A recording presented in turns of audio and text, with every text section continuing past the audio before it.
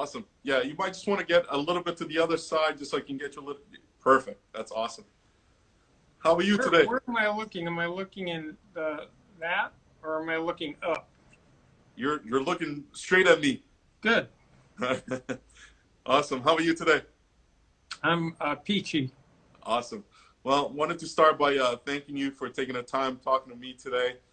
Just real briefly, what I've been doing here is, I have a pretty big following on Instagram, and what I've been doing is using that following to help local business here in Southwest Florida. I live in Naples, Florida, to help local businesses here to showcase their products, showcase their businesses, to hopefully help them with the economy. But most of my followers are actually football fans around the world. So I'm actually involved with football down in Brazil, and all throughout the world, essentially. So, I try to bring them treats by talking to people that are involved with football, and you kind of show maybe a little bit of football from different angles that they're not used to. And obviously, sports agency, it's a big thing here in the U.S., not necessarily always in other countries, especially for American football that is growing in other countries, but not necessarily, as far as agency. So I thought having you here with me would be awesome to learn a little bit more about what, sports agent does. And then obviously you have a very extensive career, which I would love to talk about that as well. So, but to start, I wanted to see if you could kind of introduce yourself and tell us a little bit who Leigh is and, what has been up to all these years. Okay, and you can see one consequence of local businesses being closed is I haven't gotten a haircut for 2.5 months. Don't worry, I don't have a haircut either. So. There you go. So I was raised in Los Angeles by a father with two core values. One was treasure relationships, especially family, and the second was to try to make a meaningful difference in the world, a positive impact, and help people who couldn't help themselves. So when I went up to school at Berkeley, in the tumultuous 60s, I ended up being student body president when Ronald Reagan was our governor. And the war in Vietnam was on, and we were demonstrating, and I learned everything I needed to learn about negotiating from dealing with Governor, then President Reagan. So I was a dorm counselor in an undergraduate dormitory working my way through law school. And they moved the freshman football team into the dorm, and one of the students was Steve Bartkowski, who in 1975 became the very first player picked in the first round of the NFL draft. There really wasn't much of an agency business then, so there was nothing to aspire for. I was probably going to be a DA or go into corporate litigation or go into politics. But Bartkowski was the first pick overall. The draft then was held in January, and he asked me to represent him. There I was, brimming with legal experience, and we got the largest rookie contract in NFL history. And I saw in that experience how venerated and idolized athletes are seen across the country in community after community. And I thought if I made it a policy for them to retrace their roots, go back to the high school, set up a scholarship fund or a Boys and Girls Club contribution or a church, at the university level, set up something in a weight room or a minority scholarship, but stay close with those alums. And at the professional level, set up charitable foundations with leading business figures, political figures that would enhance the quality of life and give an athlete the chance to leave a legacy. So we've raised almost $800 million through these charities. It's work done. The running back for Tampa and Atlanta, Homes for the Holidays, where we put the 175th single mother and her family in the first home they'll ever own.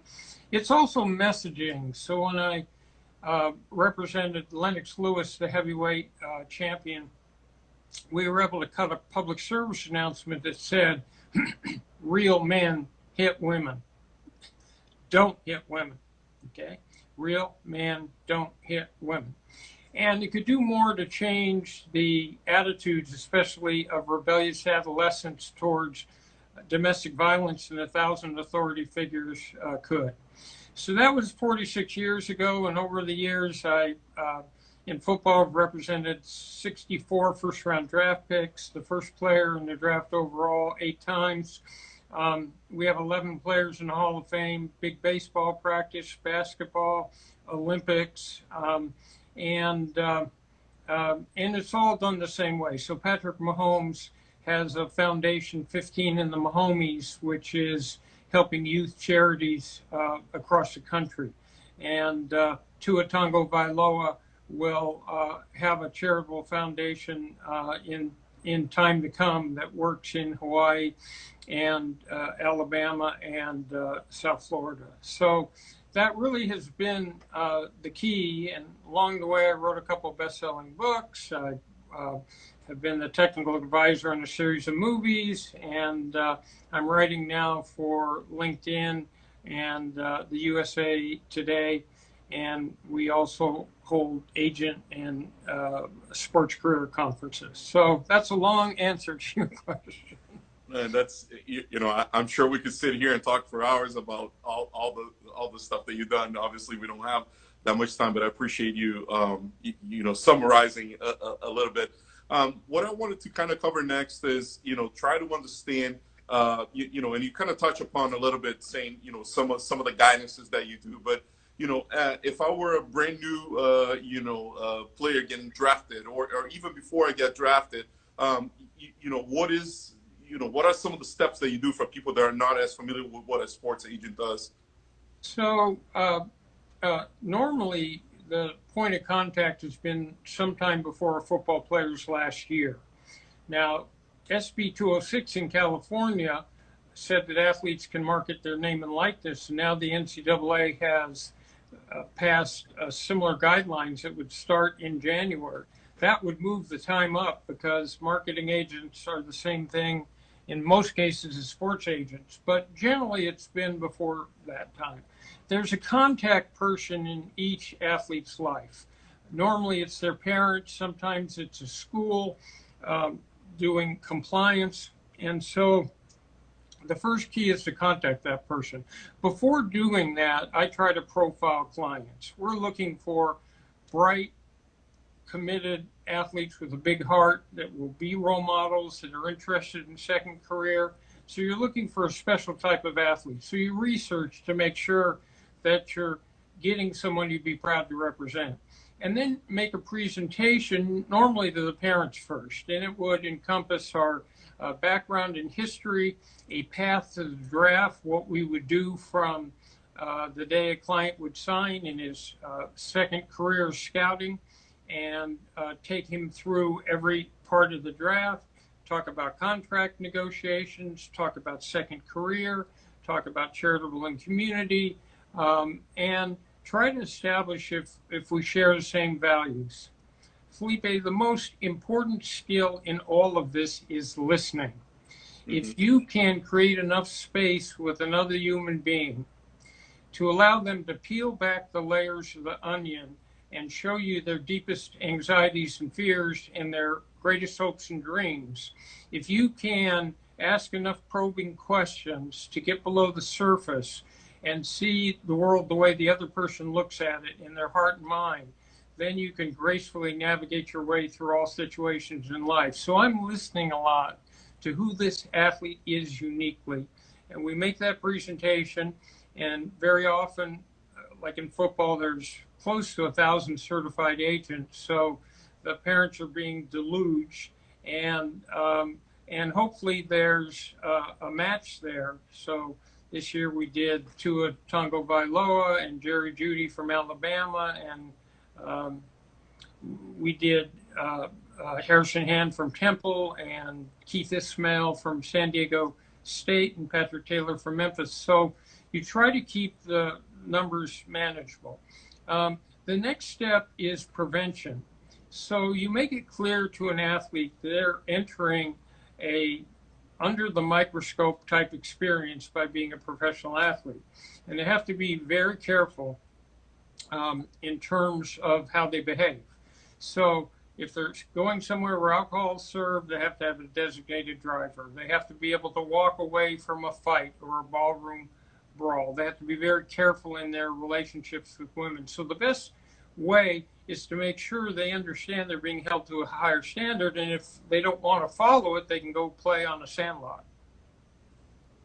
Awesome. And then the other question I had for you is, I guess along the lines of what you were talking about, obviously when you become a athlete, as you've grown from high school to college, obviously you get more attention. But once you get drafted or, you get signed, obviously there's a lot more attention, a lot more people trying to get closer to you, trying to perhaps take advantage of you or trying to, and how does an agent help in that sense? Like, how do you guide someone to ensure that they're still looking for opportunities, but not have advantage taken of them? So it's a mentoring process to make sure that an athlete who's just been drafted understands that their first goal is to make it as a pro football player. So everything else comes later. And they need to prove to the owner, to the general manager, to the coach, to the other players, and to the public that they're serious about football or baseball or basketball, whatever sport it is. And so they have to go in with a bit of humility and keep their head low. So, for example, in the case of Patrick Mahomes, we didn't do endorsements the first year. He wasn't playing. We didn't do them most of the second year because it was his first year. You don't let the process get ahead of the developmental issue on the field. Now, all players have a financial planner in their life in addition to us. And the job of that financial planner is to help the player understand how to budget, how to do a financial plan, how to set goals, how to deal with the tax system, and all the rest of it. And part of it is understanding how to deal with family and extended family. Because the way that athletes end up in problems is if they're the sole support of a village, right? Mm-hmm. And so the financial planner and we together help the athlete set appropriate boundaries and limits in terms of what they can do. They're deluged with ticket requests. They're deluged with public speaking, autographs, everything else. We screen a good deal of that. So that the athlete has time to focus. So you ask the athlete how much time he has. Even building an endorsement package around an athlete, you have to make sure you're leaving time for him to focus on the sport and to be a human being and take some time off. Awesome. Now, we're talking about like all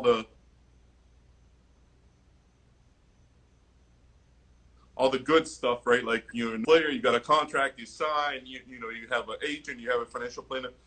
What about in situations where things didn't go so well? So maybe you've been in the league so well for a little bit. The relationship is not going well with the coach, with the owner. How do you, as an agent, play a role in that, kind of be that mediator as well? So I have 46 years of experience now. That was my 46th draft. And players get unhappy because they're not starting, because they don't like the position they're playing, because they don't like the system they're playing in, because they don't like the coach. And so our job, Chris Cabot, my younger partner, and I, is to counsel them through it and to show an acceptable problem-solving technique, going in and talking to the coach, not letting your resentment turn into rage, making sure that you understand the other person's point of view. So the very listening skills that I talked about a minute ago are also critical here, because that player who's got a tough relationship with the coach needs to go in and emphasize that all he wants to do is help the team win, and he's not trying to be selfish. And then you can tend to make progress on most issues. Awesome. I wanted to ask you a question. I don't know how familiar you are, but as I mentioned in the beginning, a lot of my followers are international people playing football internationally, right? So I have a lot of followers in Brazil, and the NFL and the CFL. I work for the Brazilian Federation of American Football. We just signed a deal with the CFL, but the NFL has also been kind of looking at the international market a little bit more. Right now, we have the NFL Pathway Program where players come from other countries. There's a little bit of more interest in the international aspect to football.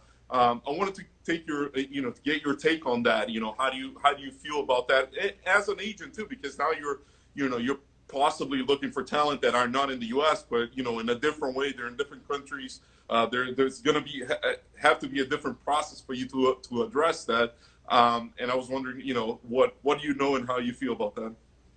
So we're in the ironic situation where the NFL dominates America, dominates television, dominates viewing patterns, is by 3-1 the most popular sport. But for the world, it's soccer.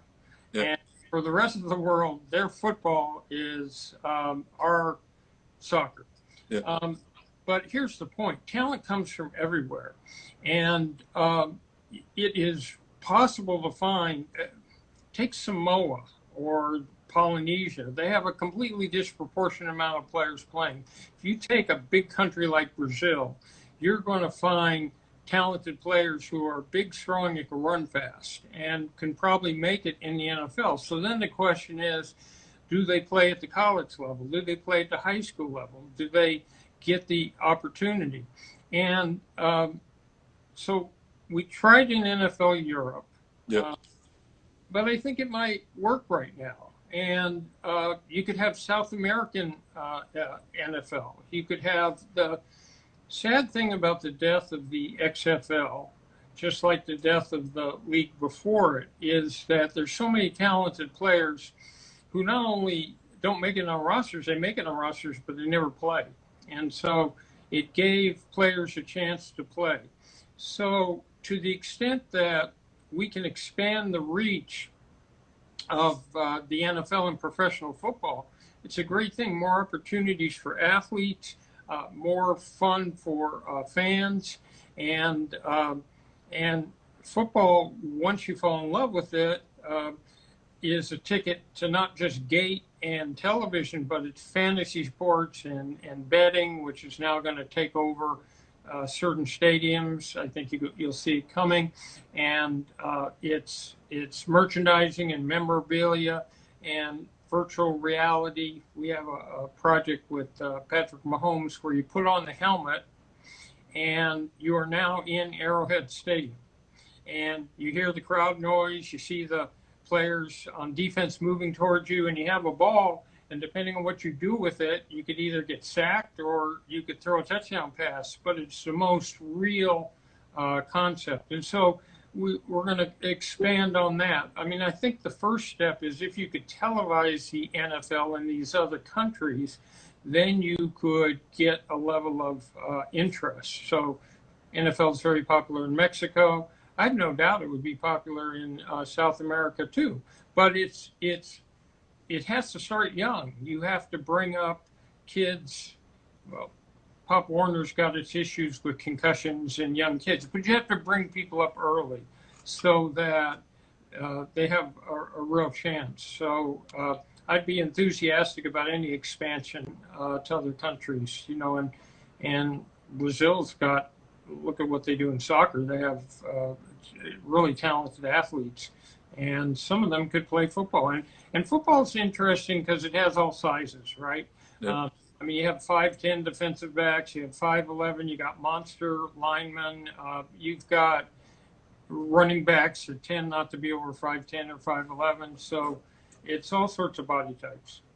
Yeah, and Brazil is diverse in that sense, right? That we have people from all over, that people migrated to Brazil from all over places. So we have that mix too, right? Of big guys, smaller guys, fast guys, right? So that mix is there too.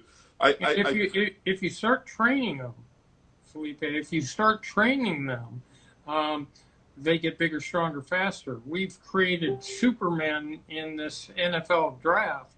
No one ever thought you could be, 6'3", weigh 270 pounds and run a 4.5 40.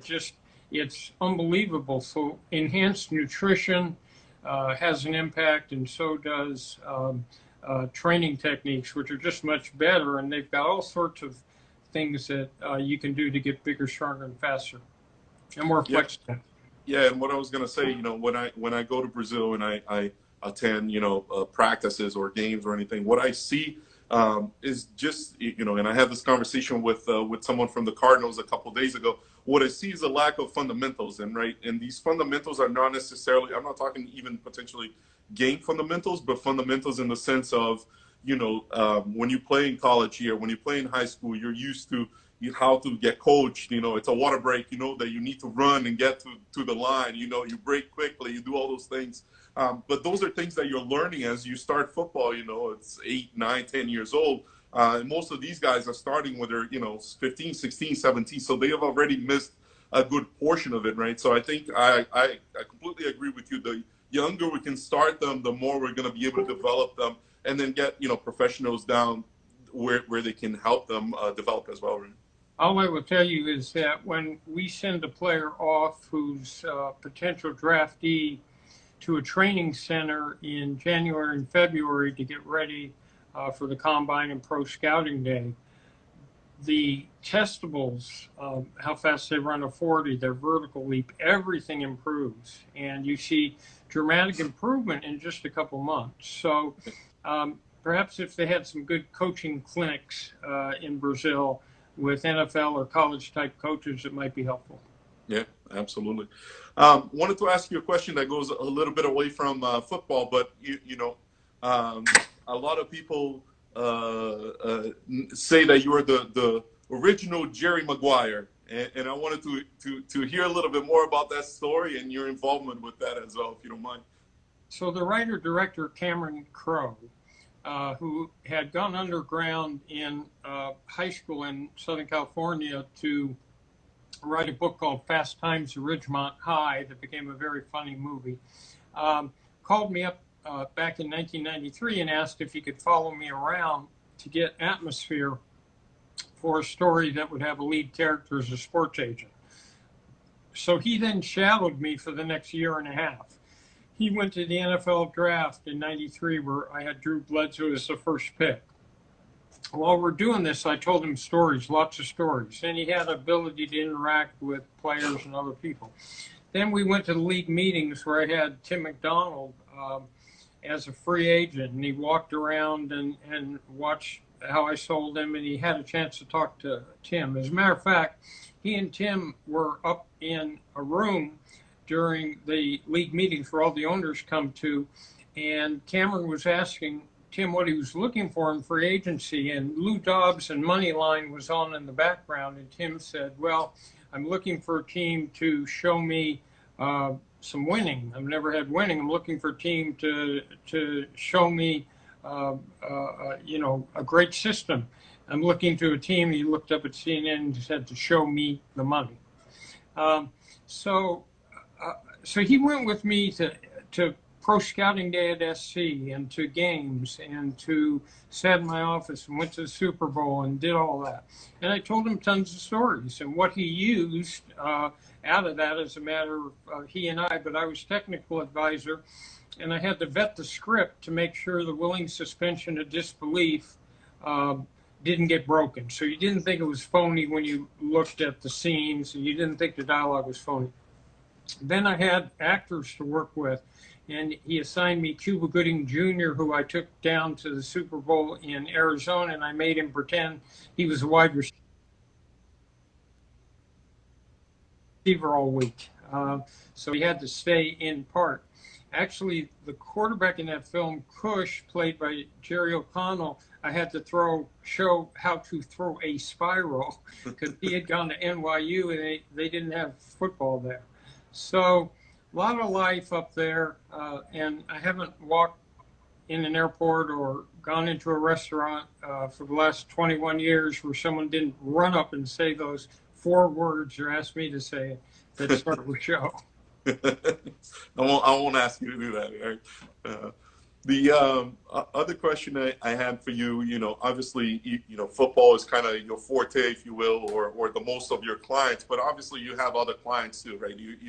And if you go on your website, there's a list of all types of sports, and you mentioned, what do you feel it's different? And some of them are very unique. I even was looking, you represented the 1994 men's soccer Olympic during the World Cup. So that's very unique than one person on the NFL. What's the difference between representing at different sports? You know, do you handle it different? And then obviously when you represent a team as opposed to one person. So representing a team like the U.S. soccer team is much more difficult than representing a client one-on-one because you have this large group. And they were playing the World Cup in America that year. And so I had to negotiate with the federation for what their bonuses were, what their living conditions were, what their incentives were, all sorts of things like that. But I loved it. That was a team that had Alexi Lawless and a whole slew of people that have stayed in soccer. The difference between the sports really is the collective bargaining agreement and how bargaining is done. So in football, they have a restricted draft, right? And we now have a salary cap, which means there's less negotiability than there's still some things to negotiate, but not as much. But when a player becomes a free agent, a totally dynamic, which is different, takes over. And free agents end up getting A-plus contracts for B-plus players because they're only people free, and most teams would not let them go. In baseball, everything is age-oriented. So a player comes up through the minors and is not compensated well, and then the first 3 years can be paid the minimum. So that's why Mike Trout was making $700,000 when he was MVP. Years 4 through 6, there is salary arbitration. So we submit a figure for a player, the team does, and the arbitrator has to pick between them. So really they're gauging the middle point and seeing whether or not that makes sense. Once a player gets beyond 6 years, they have extraordinary freedom. And that's, again, why a 270 hitter might be making $20 million where a perennial all-star might be making much less. So it's very age-oriented. And hopefully they'll get this an agreement so they can start soon because they'd like to go to spring training in June and start playing in July, an 82 game season. Basketball is also salary capped for rookies, so there's not a lot of negotiability. But once a player gets into his career and is valuable, again, they can max out, and the dollars are extraordinary.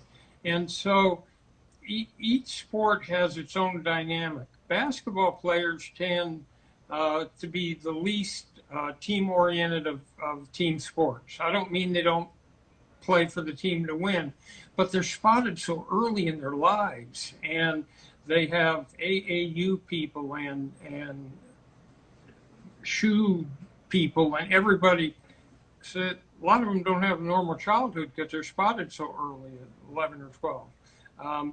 And as opposed to a football player who may not really know that he's going to make it till his junior or senior year. Awesome. So would it be a fair statement to say that as far as rookies, it's better to be a football player than a baseball or basketball player, but then as you progress in your career, maybe it's better to be on the other sports? Well, the contracts are structured now in football. We've now seen for the first time guaranteed contracts.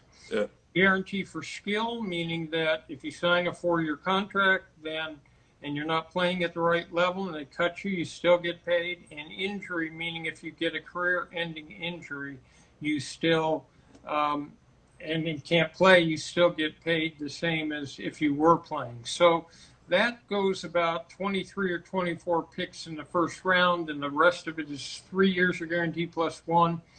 But football is the one sport that has signing bonus. So when you get a signing for $19.5 million, the way the money comes to a football player who's drafted high is much quicker than the way it comes to a basketball player or a baseball player. I see. And as far as, and obviously I don't expect you to tell me figures, but, how is normally an agent paid? Is it a percentage of the contract? Is it a set fee, or does it vary from the athlete? The players' associations in each team sport regulate the agents. So to be a certified football agent, one has to have an undergrad degree, a post-grad degree of some sort, pass a very difficult collective bargaining agreement test, and then follow the regulations. One of the regulations is the maximum that you can charge in fee. So for contract negotiations, the max in football is 3% of the monies as they come to the player. The max in basketball is 4%. The max in baseball is 5%. Now, when it comes to the negotiation of endorsements, there really are no regulations. You can charge 10, 15, 20%. I would say the standard is probably 15% of a deal you bring to a player and negotiate. Awesome. Well, so it is also fair to say then that it's in the interest of the agent to get the guaranteed money for the player as well, then, right? Because you're getting that money up front as opposed to down the road if you split the contract. If the player's cut, so am I. Yeah. Awesome. Another question I wanted to ask you, it's a little bit of, COVID-19 and obviously we're all facing this, and I wanted to ask you, how has it affected you and how has it affected the players you represent? I guess we all have an idea because nobody's playing sports right now, but, I'm trying to gauge how much of an impact has been both on you and the players you represent. So remember that in football, the scouting process was interrupted sort of midway. So they had all-star games, the scouting combine, but they never had campus visits or all the rest. And they didn't have pro scouting days on college campus. So we had to adjust to that. And for example, for Tua, do a pro passing day, just like he would have done on the campus, which my younger agent, Chris Cabot, arranged. So he threw the ball to Jerry Jeudy, and that tape went to everybody. Now, I've always said that the best test of future performance is past performance. So we've gone to all this incredibly complex scouting, but they scouted just fine before they had it because game film is going to tell you more than anything else. When the players got drafted, they normally would have gone to a rookie minicamp, which would be about 3 days, and get their playbook and the rest of it. But in the last year, since 2011, the players have been kept in their pro cities for maybe another month or 5 weeks. So they had a chance to be with other players. They had a chance to work out and get symmetry going. They had a chance to be one-on-one with their coaches in class. This year, it's all been done virtually. It's all been done on Zoom. And so we don't know how quickly it will happen. In 2011, there was a delay to the start of the season because the new CBA was being negotiated, and those rookies did just fine. So for me personally, my office stayed open, so that's been fine. The impact that will come to sports will be when they open up, as basketball wants to do, as hockey wants to do, as baseball does, and don't have fans.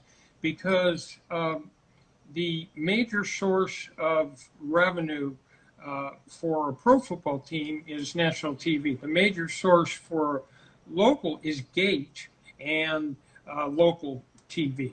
So if you have baseball stadia that are empty, if you have, then there'll be missing income.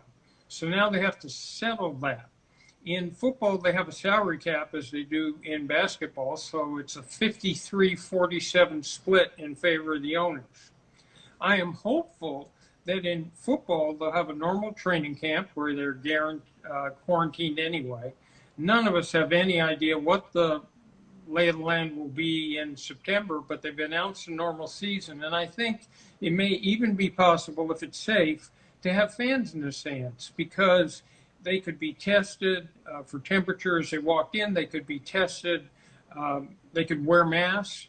And you could design a seating chart that might not have 70,000 fans, but maybe it has 45,000 fans, and they're socially distanced. So depending on what the situation is. But as in football, as in the other sports, if there's no gate revenue, the owners will come back to the players and ask for an adjustment of already negotiated contracts, some of which are guaranteed. This is unprecedented, but I believe that you can, by being creative, you can socially distance. And again, the first priority for everyone is health. So Yeah. that first. But renegotiation of a contract could create a big mess, no? Because what if the player decides that he doesn't want to take that? Then what do you do? Well, they'll decide that collectively. Okay. So right now, the Major League Baseball's Players Association is negotiating with management. And the issue is that there's never been a salary cap in baseball. And what they're suggesting in baseball, the owners are, is a 50-50 rev share split. And they've never had a rev share like that. Players don't really want one. And so the question is, what's the correct percentage of an already existing contract that should be paid, being fair to owners and being fair to players? And there's not complete unanimity on the safety protocols that they would have. They probably, but they're talking about June reopening the camps. The owner's proposal is an 82 game season with 14 teams in the playoffs. They would regionally and geographically design schedules, so you would see, if you're in Florida, you're going to see your team play. You're going to see the Marlins play the Rays and the Braves, and teams in that region more than anything else. I see. Wanted to ask you. You talked a little bit about relationship and the importance of building relationship. Right. It's something that I personally take it very seriously too, in what I do. But it's a two question actually. I found that there, when you reach either a former player or a current player, there's ones that are more approachable, and then there are ones that don't. I'm talking this as a regular guy, right? Not as a sports agent, but as a regular guy. Some are very approachable, will talk to you and have no problem, sharing whatever they want to share with you. There are other ones, that are very difficult to kind of break through, or you can't get through them. I have a couple of friends who are former players, and I asked them, why does that happen, right? Because to me, I don't understand that, perhaps because I never lived there. And they said, well, when you are young, and the teams also put a lot of stuff that you have to be careful, because people try to take advantage of you. People, you have to be careful with all that stuff. And he said, I think once you transition out of football, sometimes it's hard for you to get out of that mentality, and you still have sort of that mentality that everybody's out there to get you in a sense. And some are able to get out and some are not. And I think if you reach out to people and they don't reach out back to you, could be that, right? And then the ones reach out is they moved on from football. They wanted to do that. I wanted to get your input. Is that true? And then on the same lines, do you form these relationships with former players? So, like, for example, you mentioned Drew Bledsoe. Do you keep a relationship with them for years, even after he retired and played? So we encourage players to understand that what they're involved in is a public entertainment. It's not bread and butter on the table. So part of it competes. Major League Baseball competes with the NFL, with home box office, Walt Disney World, every other form of entertainment programming. So when it comes to a writer or to a fan, ultimately the fan's the employer, because you're encouraging them to pay for seats, watch on television, buy memorabilia, and the rest of it. So when our players go out in public, we encourage them to be gracious at all times. So that would be the mode, because you're never sure who you run into. And we teach them also how to network, how to have a 5-minute discussion with someone and at the end of it, collect their card and see if there's any future viability to that relationship. One of the things that really hurt the intimate relations between a fan and an athlete is the trading card business, because I've been with players who are swarmed by autograph seekers. And when the player says, "Who would you like me to write this to? Does this go to Felipe?" No, no, no, no, no, no. Which means they're not really a fan, because you'd be flattered to have someone write something to you. They're a collector, and I run into fans who have I've done a couple of trading cards who have my trading card. And again, that interaction can become really uncomfortable when an athlete's mobbed. So it's hard to distinguish. So you look at both sides of it. In terms of relationships with former athletes, Warren Moon and I were together for 23 years. He started 6 years in Canada, 17 in the NFL. And when he was inducted in the Hall of Fame, he had me do the presentation. He's still one of my best friends. We sort of grew up together over all those years. You know, he played in 4 decades. I still talk to Troy Aikman and Bruce Smith and a whole series of our players are in the Hall of Fame. From Kansas City, I still talk to Nick Lowry and Duron Cherry, and you know, we'll see them. So part of the point was to help them in second career. So take Duron Cherry, who played safety for Kansas City. When he retired, because of all the networking he'd done with the Cherry Foundation, they allowed him to buy the Anheuser-Busch distributorship, which in Missouri is like minting money. And then I introduced him to Wayne Weaver of the Jacksonville Jaguars, and he became a minority owner in the Jacksonville Jaguars. So an actual owner, as Ray Childress did with the Houston Texans, and Ward Dunn currently is an owner there. So hopefully these relationships go on and last for a lifetime. And they're not like traditional legal relationships, because you're going through the maturation process with someone, and you go through these experiences like the draft and a contract negotiation and trying to be productive on the field. And it's sort of you and the athlete, you know, sort of laying out the path forward. Yeah, and that was always what I wondered, right? Because it's almost like if you think of their careers, an agent is with them at the most important times of their life, right? The biggest, you know, when they get drafted, when they sign the big contract, when, you know, and they get guidance through all that. And I always wonder what happened after. Like, does that relationship disappear or it continues, right? No, you do the best you can to prepare them for second career. So Troy Aikman went to NFL Europe before he was done with his career, prepared for some games, and now he's the #1 broadcaster. Desmond Howard did some television. Now he's on ESPN Game Day. Steve Young, same thing.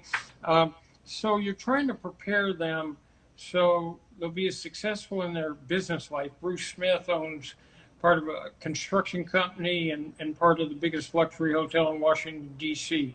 The very skill set, the self-discipline, the attention to detail, the resilience and ability not to quit when things get tough, teamwork, all of these things really translate well into business success, business, politics, media, coaching. Awesome. Yeah, I have one final question. I mean, I could sit here and talk to you for hours. I truly enjoy learning so much about this.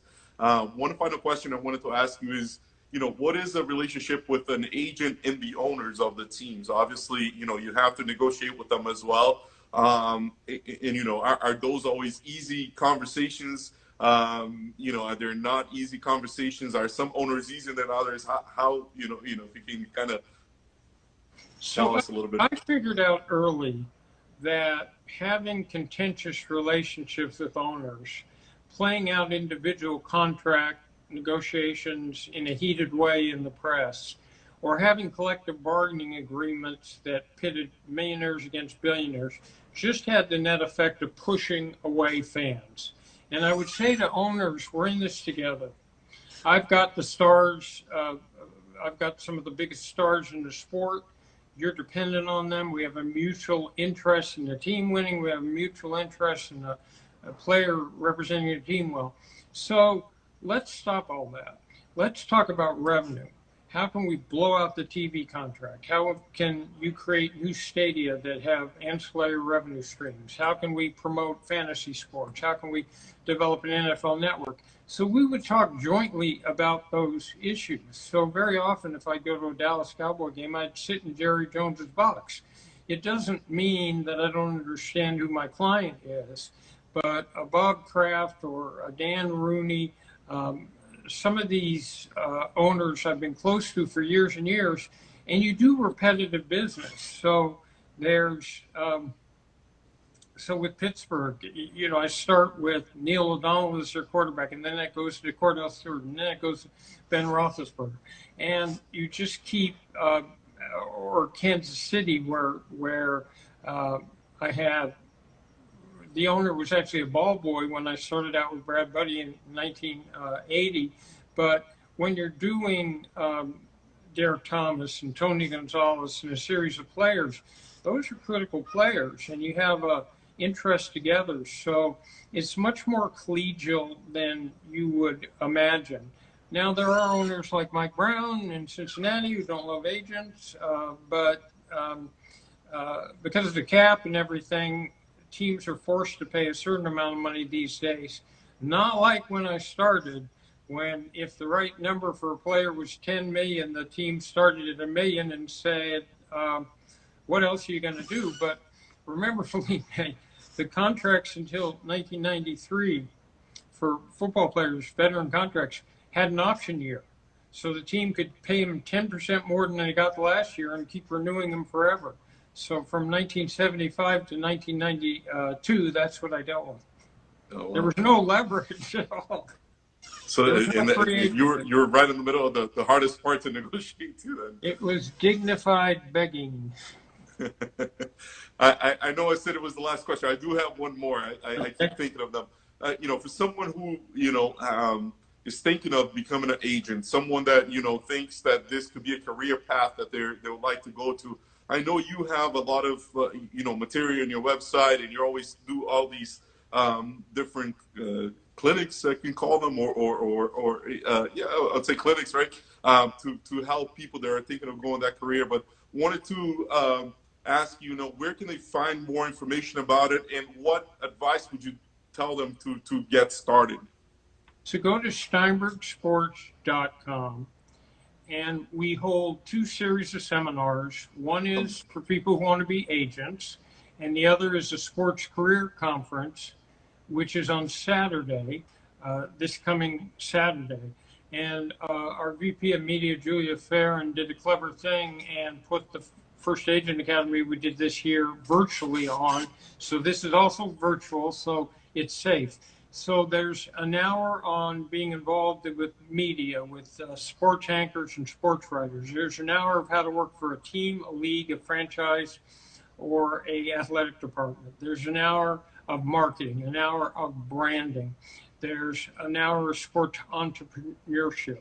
So, and then there's interaction. So you can go sign up for that. We hold agent academies regularly. And what we teach are basic skills. I talked to you about listening today. Psychology is important in all of this work. So we do an exercise in how to recruit a client. And we've had people like Ronald Jones of Tampa and Patrick Mahomes of Kansas City, Marvell Tell of Indianapolis, and sometimes their parents. So you actually have to be part of an agent group and recruit. And then we do a negotiation, which this year I think was a lift on Kirk Cousins, and half play general managers and half play player agents. And then we have them do damage control, so they have to represent Aaron Hernandez or Baker Mayfield when he did something crazy. And then we have one on charity. So we teach basic skills. The key for anyone trying to break into any profession is internships are really good. It doesn't matter where in sports you work, whether you want to be an agent or not, any internship is good. But you have to find a way to distinguish yourself. So I'll just tell you one quick story. A Sports Illustrated showed up in our office, and it was Sports Illustrated. It looked like it. It had their font type, their pictures. It was Sports Illustrated. Only this one had a picture of a young man and myself on the front. And it announced that we had hired him. And every article inside talked about how our firm was flourished because of all the amazing things he did. It was clever. It showed visual arts. It showed research. It showed the rest of it. So you've got to distinguish yourself from the mass of people and do something clever. Get yourself into the heart and mind of the person who you either want to hire you or give you an internship, and figure out what would impress that person. You can send a flat resume. There's nothing wrong with it, but someone sent me a Diet Dr. Pepper because they knew I liked it. And on the front of it, the label had a young man and myself, and it started 1975, not 1886. So it was tailored to me. You turned it over, it had the ingredients: 100% perseverance, 100% loyalty, 100% creativity. Now that's clever, and we hired him. So you want to get an internship and try to get as much skill as you can, and then be clever and innovative in terms of how you make your entry. Awesome. And it sounds like that, this what you have going on Saturday here. Sports Career Conference. Yeah, it wouldn't just be. It sounds like it's life lessons too, right? Things that you can take for the rest of your life, even if you don't make it or you don't become an agent. I mean, it's still important to talk to people. It's still important to negotiate. It's still important to read people. It's all life lessons that you can take with you no matter where you go, right? The same skills in terms of listening or negotiating or win-win or all the rest of it affect every relationship in your life. People always say, I'm scared of negotiating. I said, oh, really? Do you negotiate with your kids for what time curfew is? Do you negotiate with your husband and wife for where you're going on vacation or who does the household chores? Do you buy a car? Do you buy a house? I mean, we all negotiate. Do you fight for your own employment benefits? Yes. Yeah. It's funny because you were talking about relationship. One of the biggest lessons that I've learned. So while I was going through college, I worked selling used cars, to pay for my college, and so there's that stigma of a used car salesman. But one of the first things that I learned when I went in, they said, you have to mirror your customer. That's the one thing you have to do. So if it's a guy that comes in and he's a doctor, you got to talk to him in a professional manner, a little bit more, polite, right? If it's a 16-year-old guy that comes in and he says, yo, I'm here to buy a car, you kind of like go with that too. And they said the importance, though, is that you always have to connect something with them, right? You have to be able to connect with people and say, listen, I understand you because of X, right? And you have to find that very quickly and then agree. connect with that person. Right. And but you also have to be authentic. Yeah. So if someone comes up to soul shake me, like with 15 moves, I just do a regular handshake. Okay? Yeah. But the important, the important thing that they were trying to teach you is, you try to associate yourself in a way by finding a common ground, right? And it's something that I took it with me for life, right? And I do it all the time, because no matter who you talk to, you're going to have something common with someone. You just have to find what that common is. And once you do, that's kind of like the opening to then be able to, people tend to feel a little bit more comfortable with you, and then you tend to have those conversations, right? Have bigger conversations. But that's why I say it's funny because I learned that selling used cars, but it's a story that it's something that I took up for the rest of my life and I apply every day, right? So good. Awesome. Well, Leigh, I appreciate so much for you taking the time talking to me. I wanted to see if you have any messages or anything you want to leave people here before we hang up. Just that we are how we work. So the concept of situational ethics, where you're nice to cats and dogs, and at home you're a nice person, you're a great person, but then go out in the workplace and use heinous social Darwin tactics, because after all, the end justifies the means, creates a type of soul death. And that all of us are responsible for trying to make a positive difference in the world in our own way. It could be parenting, it could be anything. And lastly, when a African American suspect is kneeled upon in a way by a police officer that kills him, that's outrageous. That's not a black issue. That's an issue for all of us, because the police act in our name. So let your voices be heard. Yeah. Thank you so much, Leigh. I appreciate it. I hope that if you're down here in Tampa or Miami on one of these days, I'll get to meet you in person. It's been a pleasure. I could honestly sit here and talk for hours, but I truly appreciate you taking the time and